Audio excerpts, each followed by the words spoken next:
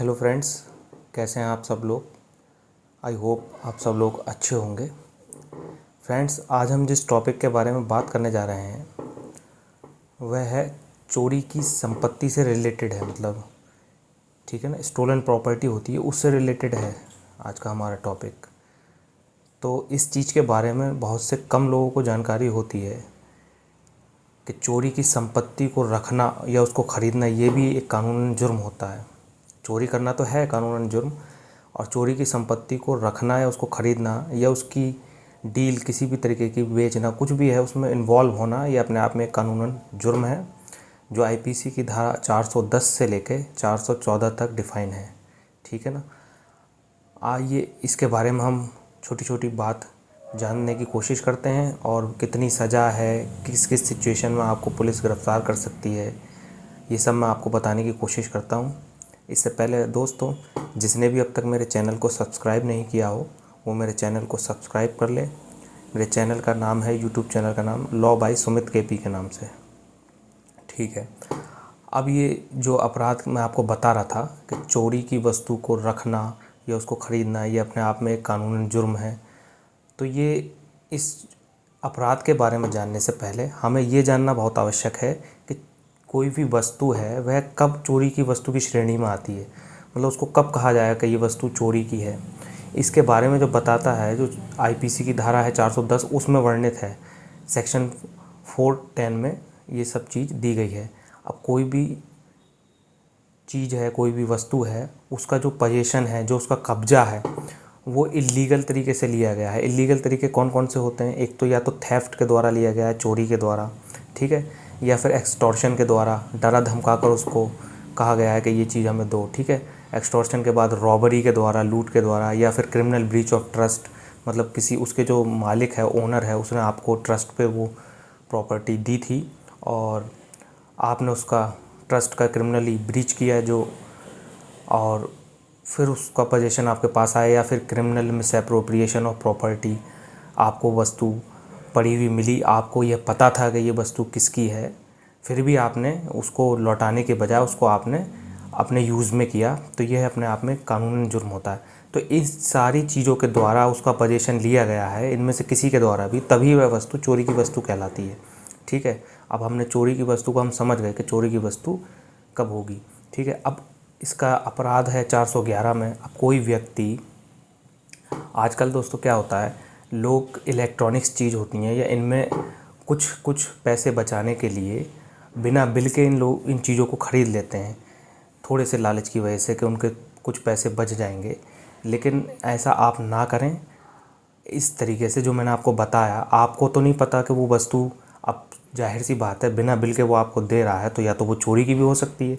अब भले ही आप इंटेंशनली तो उसको नहीं ख़रीद रहे हैं, जब आप 411 की धारा पढ़ेंगे ना तो इसको आप एक्सप्लेन करेंगे तो उसमें साफ साफ लिखा है कि या तो उसने वह चीज़ जानबूझकर ख़रीदी थी, ठीक है, जानबूझकर ख़रीदी थी, या फिर यह विश्वास करने का कारण था उसको कि ये चोरी की हो सकती है।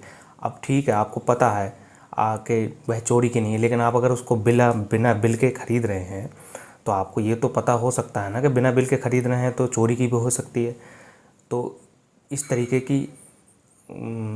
तरीके का कार्य के द्वारा अगर वह वस्तु आप ख़रीद रहे हैं तो ये 411 में अपराध है, और इसकी सज़ा क्या है? 3 साल तक की सज़ा है, और ये कॉग्निजेबल अपराध है। ये ध्यान रखिए आप, देखिए कितना सीरियस क्राइम है कि कॉग्निजेबल है। इसमें जो आपको पुलिस है वो बिना मजिस्ट्रेट के वारंट के आपको गिरफ्तार कर सकती है, और नॉन बेलेबल ऑफेंस है।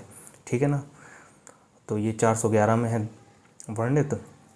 अब इसके बाद बात हम करते हैं, ये जो 410 में अभी मैंने आपको सारे तरीके बताए थे, इसके अलावा एक तरीका और बचता है दोस्तों, उसके द्वारा भी जैसे डकैती होती है।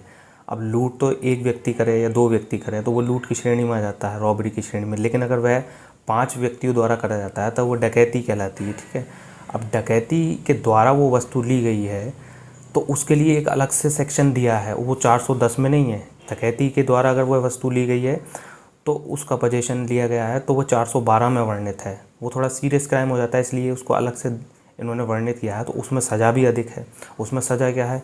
उसमें आजीवन कारावास तक की सज़ा है, या फिर 10 साल तक की सज़ा।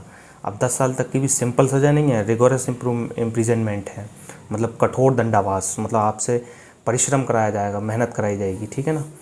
और अब इसके बाद कभी कभी ऐसा होता है दोस्तों, जैसे किसी व्यक्ति ने ये अपराध जानबूझकर नहीं किया, जाने अनजाने में उससे पहली बार हो गया, ठीक है, तब तो 411 में उसको सज़ा मिलेगी। लेकिन कभी कभी ऐसा होता है कि कोई इंसान हैबिचुअली होता है इस चीज़ का, ठीक है, उसकी आदत ही होती है इस तरीके का व्यापार करने का, ठीक है, वैसी स्थिति में उस व्यक्ति पर जो धारा लगती है वो 413 लगती है, ठीक है, और वो इतनी सीरियस है कि उसमें भी यही सेम सज़ा दी गई है जैसे डकैती में दी गई थी, इम्प्रिजनमेंट फॉर लाइफ, यानी कि आजीवन कारावास या फिर 10 साल तक की सज़ा।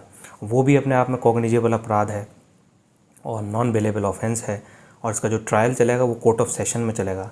अब देखिए, अगर किसी व्यक्ति ने वह पहली बार किया था तो वो कंपाउंडेबल है, यानी कि ठीक है मुकदमा चल रहा है, लेकिन अगर जो वस्तु थी उसका जो स्वामी है वो चाहे तो अपना मुकदमा वापस ले सकता है। इस चीज़ को हम बोलते हैं कंपाउंडेबल।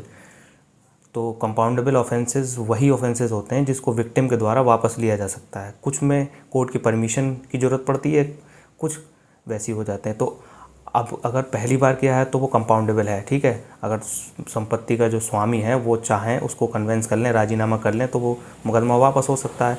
लेकिन अगर वही व्यक्ति हैबिचुअली है, कई बार कर चुका है इस चीज़ को, उसकी आदत है, तो ऐसी स्थिति में वो कंपाउंडेबल भी नहीं होता है, ठीक है ना, उसको वापस भी नहीं ले सकते। और उसमें सज़ा क्या है वो मैंने आपको बता ही दी। इसके बाद अगर ठीक है वह चोरी की संपत्ति में अगर उसको छुपाने में और उसको डिस्पोज ऑफ करने में भी अगर कोई व्यक्ति उसमें मदद करता है तब भी ये अपराध होता है। जैसे भले ही उसने ख़रीदी नहीं है, ठीक है ना, उसके पास रखी नहीं है, लेकिन किसी उसके मिलने वाले ने चुराई हो, उससे कहा यार ऐसे ऐसे हो गया है, इसको तुम कुछ दिन के लिए अपने पास रख लो, छुपा लो, या फिर इसको डिस्पोज ऑफ करने में मेरी मदद करो, यानी कि उसको नष्ट करने में। ऐसी स्थिति में भी ये अपराध होता है और इसमें जो धारा लगती है वो 414 लगती है, जिसमें 3 साल तक की सज़ा प्लस फाइन भी हो सकता है। तो ये सारी धाराएं आपके चोरी की संपत्ति से रिलेटेड हैं, तो इसलिए आप हमेशा इस चीज़ का विशेष ध्यान रखिए। कभी भी बिना बिल के और बिन लालच के चक्कर में कोई भी इलेक्ट्रॉनिक आइटम या कोई भी ऐसी चीज़ ना ख़रीदें और कानूनी दांवपेच से बचें। बाकी छोटी छोटी जानकारी जो जो आपके लिए उपयोगी हो सकती है उसको जानने के लिए मेरे साथ जुड़े रहिए, और कोशिश करूँगा मैं आपको और जानकारी दे पाऊँ। तब तक के लिए थैंक यू, नमस्कार दोस्तों।